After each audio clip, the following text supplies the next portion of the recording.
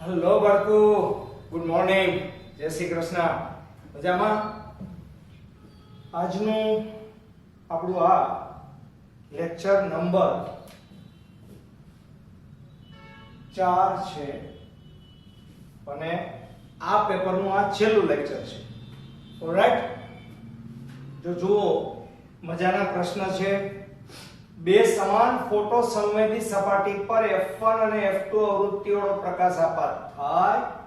જો m દળવાળા photo ઇલેક્ટ્રોનના મહત્તમ વેગ v1 અને v2 હોય તો સાદું રૂપ આપવાનું છે.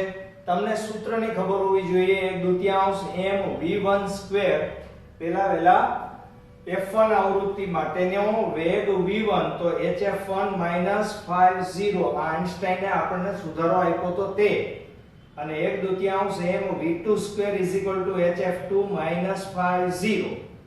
સમીકરણ 1 માંથી 2 બાદ કરતા 1/2 m v1 square v2 square h common f1 f2 સાદું રૂપ આપો એટલે 2h/m.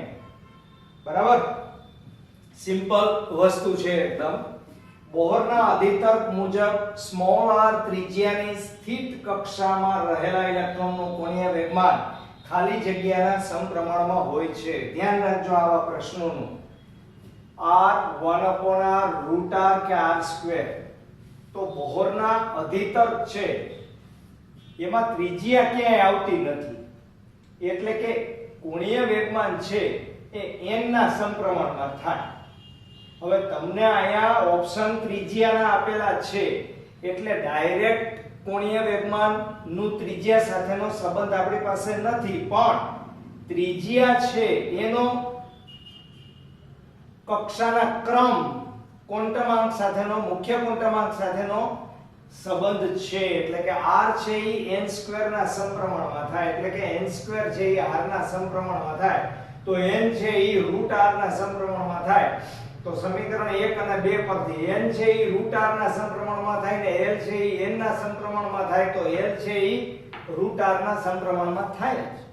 બરાબર, આવા ઇનડાયરેક્ટ સૂત્રો ખૂબ પૂછાતા હોય એનું ખાસ ધ્યાન રાખો. લાઇમેન શ્રેણીની પ્રથમ વર્ણપટ રેખાની તરંગ લંબાઈ લેમ્બડા છે, તો બામર શ્રેણીની પ્રથમ વર્ણપટ રેખાની તરંગ લંબાઈ ખાલી જગ્યા થશે. બિલકુલ સામાન્ય છે. લાઇમેન શ્રેણીની પ્રથમ રેખા 1/λ r 1/1² -1/2² r 1 1/4 એટલે 3r/4, અને બામર શ્રેણીની પ્રથમ રેખા માટે બગડો અહીંયા આવશે અને પ્રથમ રેખા છે એટલે અહીંયા તગડો. બરાબર, તો 5r/36 આવશે. આ λ2 આપણે સૂત્રનો કરતા બનાવવાનો છે એટલે આના છેદમાં આ કરી નાખીએ, ગુણોત્તર લઈ લઈએ. તો λ2 ના છેદમાં આના છેદમાં આ કરશો એટલે છેદનો છેદ અંશમાં જાય. λ2/λ 3r/4 into 36/5r 9 4 36 9 3 27 છેદમાં 5. તેથી λ2 બરાબર 27 ના છેદમાં 5 લેમ્બડા. એટલે કે લાઇમેનની તરંગ લંબાઈ જે આપણે લીધેલી હતી એના પદમાં બામરની તરંગ લંબાઈ આપણે શોધવાની હતી. બરાબર, ઘણા સ્ટુડન્ટ ને એવું લાગતું હોય કે આ પ્રશ્ન બધા સાવ સામાન્ય પ્રશ્નો છે, બોર્ડની અંદર આ ટાઈપના ક્વેશ્ચન પૂછાતા હોય અને એમાં પણ ચાલુ વર્ષની અંદર આ ટાઈપના હંમેશા પૂછાય, અને કોઈ સ્ટુડન્ટ માત્ર જોઈ લે એટલે એને આવડી જશે, આ તો સહેલું છે, આ તો થઈ જાય એવું છે, એવું ના માને. એને બદલે પોતાની નોટમાં જોવાનો, ગણવાનો, સૂત્ર મૂકવાની પ્રેક્ટિસ બરાબર કરજો. ઓકે, આ ખાસ તમને ભલામણ છે. મારા અનુભવના આધાર ઉપર હું તમને કહી રહ્યો છું બાળકો. બરાબર, અને જરૂર પડે તો લેક્ચર એક વખતને બદલે 2 વખત જુઓ, એમાંય કશો વાંધો નથી, પણ તમારા મગજમાં વસ્તુ ઉતરવી જોઈએ અને ન ખબર પડે તો મને પૂછવાની પણ છૂટ આપવામાં આવે છે. તમને જે કામ કરાવું છું એ કામ ઇમ્પોર્ટન્ટ છે, અગત્યનું છે, અને પ્રેક્ટિસ સતત ચાલુ રાખો, સતત ચાલુ રાખો. ઓકે, તો લખી લ્યો. ચાલો, યસ બાળકો 45 હાઇડ્રોજન પરમાણુમાં દ્વિતીય કક્ષાની ત્રિજ્યા કેપિટલ R છે, તેની તૃતીય કક્ષામાં ત્રિજ્યા કેટલી હશે? સિમ્પલ, એકદમ સૂત્ર આવડવું જોઈએ. R = n²h²ε0/π mz² પરથી R proportional to n² કારણ કે હાઇડ્રોજન પરમાણુ છે એટલે z બરાબર 1 હોય. દ્વિતીય કક્ષા માટે R proportional to 2² અને તૃતીય કક્ષા માટે સ્મોલ r proportional to 3² બેનો ગુણોત્તર લઈ લ્યો તો 9/4 એટલે 2.25 R. ઓકે, બહુ મજાનો અને સરસ મજાનો એ પછીનો ક્વેશ્ચન છે, સમજવા જેવો છે, ધ્યાનથી સમજજો. એક મંથનો અર્ધ આયુ ધરાવતા રેડિયો એક્ટિવ નમૂનાની એક્ટિવિટી હમણાં અત્યારે કયો સમય ચાલે છે એ ખબર નથી, પણ અત્યારે 2 માઇક્રો ક્યુરી છે. તેની એક્ટિવિટી 2 મહિના અગાઉ કેટલી હશે? એટલે અત્યારે જે ટાઈમ છે એ 2 મહિના પછીનો છે અને આપણે શોધવાનું છે 2 મહિના પહેલાની એક્ટિવિટી. રાઈટ? તો ઓપ્શન નથી કહેતો, ધારણા કરેલી. ધારો કે 2 મહિના અગાઉની તેની એક્ટિવિટી I છે, તો 2 મહિના પહેલા, તો તેના 1 મહિના પછી એટલે કે હાલના સમય કરતા 1 મહિના પહેલા, એટલે કે હાલના સમયથી 1 મહિના પહેલા ની એક્ટિવિટી કેટલી થાય? I/2 થાય કે ના થાય? 1 મહિનો ગયો છે બરાબર, અને 1 મહિનો જાય તો 1 મહિનાની અર્ધાયુ છે એ તમારો 1 મહિનો છે એટલે 1 મહિનામાં હોય એના કરતા અડધી થાય બરાબર.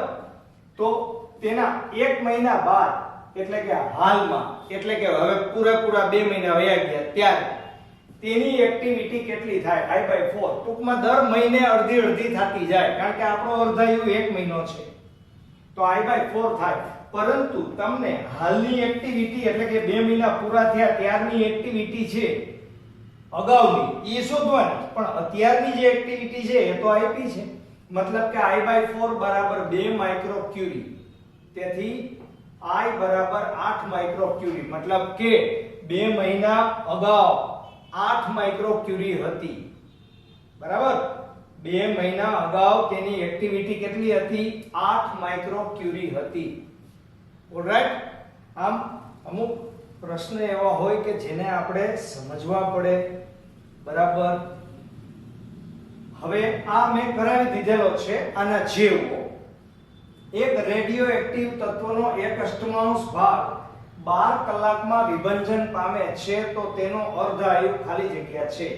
ત્યારે પણ મેં તમને કીધું હતું કે આ ટાઈપના ક્વેશ્ચન છે એ વધારેમાં વધારે બોર્ડની અંદર પૂછાતા હોય છે બરાબર. અર્ધાયુ ઉપર કંઈક તો હોય જ.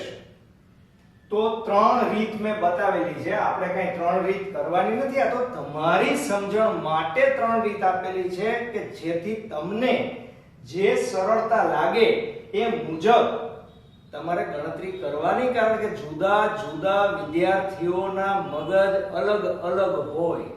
તો જ્યાં પણ વ્યવસ્થા 2 કે 3 રીતે ગણવા માટેની છે એમાં મને ગમે એ આખી એક બાબત છે, તમને ગમે એ આમાંથી તમારે પસંદ કરવાનું છે. તો કે પ્રથમ રીતમાં n/n0 બરાબર 1/2n, આ તો સૂત્ર જ છે. તો 1/8 = 1/2n, તો 8 = 2n, તો 2/3 = 2n, તો n બરાબર 3. સૂત્ર n બરાબર t/t1/2. તો t1/2 બરાબર 12/n બરાબર 3. તો 4 કલાક તમારો અર્ધાયુ આવી ગયો. આ તમારો જવાબ આવશે. બીજી રીત જુઓ, ટેબલની રીત કહેવાય. t બરાબર 0 સમયે n બરાબર n0, એક અર્ધાયુ જેટલા સમયે એની એક્ટિવિટી અડધી, 2 t1/2 સમયે 4 ચોથા ભાગની, 3 t1/2 સમયે 8મા ભાગની. આપણે અટકવાનું કારણ કે આ 1/8 છે બરાબર. તો ત્યારે t બરાબર 3 t1/2 મળતું હોય તો t બરાબર 12 કલાક છે, તો 12/3 એટલે કેટલી કલાક થાય? 4 કલાક બરાબર. તો આ રીતે પણ તમે ગણી શકો છો. હવે આ રીતે કે આ રીતે ગણતી વખતે જો અહીંયા ઘનમૂળે નીકળી જાય સીધું, નહીતર તમારે ગણતરી કરવી પડે. અને અહીંયા તો તમારે અડધ્યું થતું જાય એટલે કે 1/8 આવે છે એટલે અહીંયા મેળ આવે છે. હવે 1/7 આવે તો આ ટેબલ વાળી રીત કરવામાં મુશ્કેલી પડે, ન જ થાય. અનઇવન આંકડા હોય કે જ્યારે કાંઈક આંકડા આવી રીતે સેટ થયેલા ના હોય, ગુજકેટમાં તો હોય જ નહીં એવા, ગુજકેટમાં તો તમને આ જ ટાઈપ આવે, પણ અનઇવન આંકડા હોય, બરાબર આમ એમ લાગે કે અનિયમિત આંકડા છે, વિચિત્ર આંકડા છે, તો ત્યારે તમારું ફાઇનલ સૂત્ર તો છે જ. ગમે તેવા અઘરા દાખલા માટે પણ આ સૂત્ર તો હાજર સ્ટોકમાં છે. એટલે કે n = n0 e λt આપણો ચરઘાતાંકીય નિયમ. n/n0 e λt 1/8 e λt λt is equal to 8 વ્યસ્ત કરી નાખ્યું, પ્લસ થઈ ગયું. λt is equal to e સામે જાય log 8 into 2.303 80 નો 0 માં 90 31 0.2.303 છેદમાં આ t બાર અને લેમ્બડા બરાબર 0.693/t1/2, તેથી t1/2 બરાબર 12 ગુણ્યા 0.693.9031 into 2.303, t1/2 બરાબર 3.998, એટલે કે નજીકનો જવાબ તમારો કેટલો થઈ ગયો? 4 કલાક. ઓલરાઈટ, તો ગણજો અને ગણજો. ઓકે,